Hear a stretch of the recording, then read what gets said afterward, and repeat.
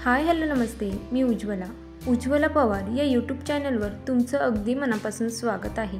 तर बघा, आता बाहेर खूप जास्त पाऊस पडत आहे आणि या पावसामध्ये आपल्याला कडक असा चहा प्यावासा तर नक्कीच वाटतो।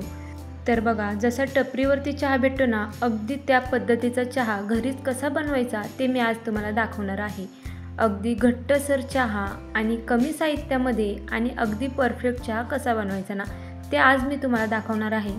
त्यासाठी व्हिडिओ शेवटपर्यंत पहा आणि चॅनलवर नवीन असाल तर प्लीज एक लाईक, एक सबस्क्राईब नक्कीच करा। तर चला व्हिडिओला सुरुवात करूया। तर त्यासाठी बघा, इथे मी गॅसवरती एक जर्मलचा टोप ठेवला आहे। तर आपल्याला चहासाठी हा जर्मलच्या टोपाचाच वापर करायचा आहे बरं का।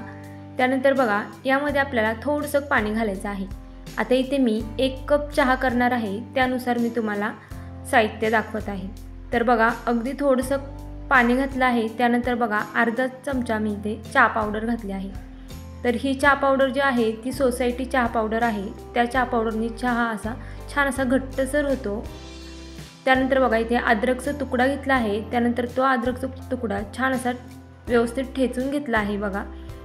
त्यानंतर बघा, साखर घेतली आहे। इथे मी 1 कपाला मी 1 चमचा साखर घालणार आहे। तुम्ही चहा कितपत गोड पिता त्यानुसार तुम्ही साखरेचं प्रमाण कमी जास्त करू शकता।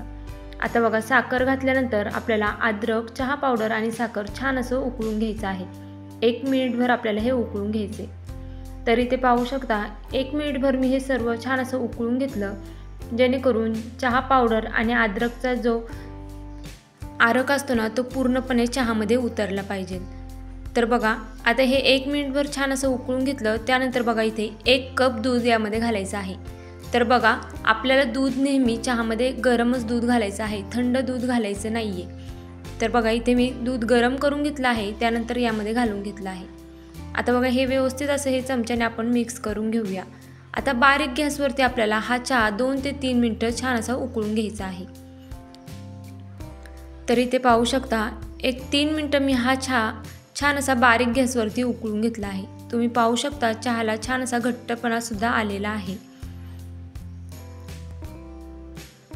तर बघा, आता चहा 2 ते 3 मिनिटं उकळल्याच्या नंतर बघा, आपल्याला यामध्ये वेलची पावडर घालून घ्यायची आहे। शेवटला जेव्हा चहा उकळून होतो ना, त्यावेळेसच आपल्याला वेलची पावडर घालायची, खूप जास्त अगोदर वेलची पावडर घालायची नाही। जर तुम्ही खूप जास्त अगोदर वेलची पावडर घातली तर मग जो वेलचीचा जो वास असतो ना, तो निघून जातो। वेलची पावडर घातल्याच्या नंतर आपल्याला एक अर्धा मिनिटभर हा चहा पुन्हा उकळून घ्यायचा आहे। त्यानंतर बघा, गॅस बंद करायचा आहे। तर इथे मी बघा, अर्धा मिनिटभर चहा छान असा उकळून घेतला वेलची पावडर घातल्याच्या नंतर बारीक गॅसवरती। आता आपण गॅस बंद करूया।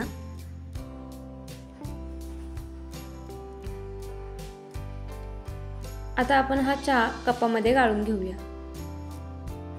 तर पाहू शकता तुम्ही, छान असा घट्टसर आपला हा चहा झालेला आहे।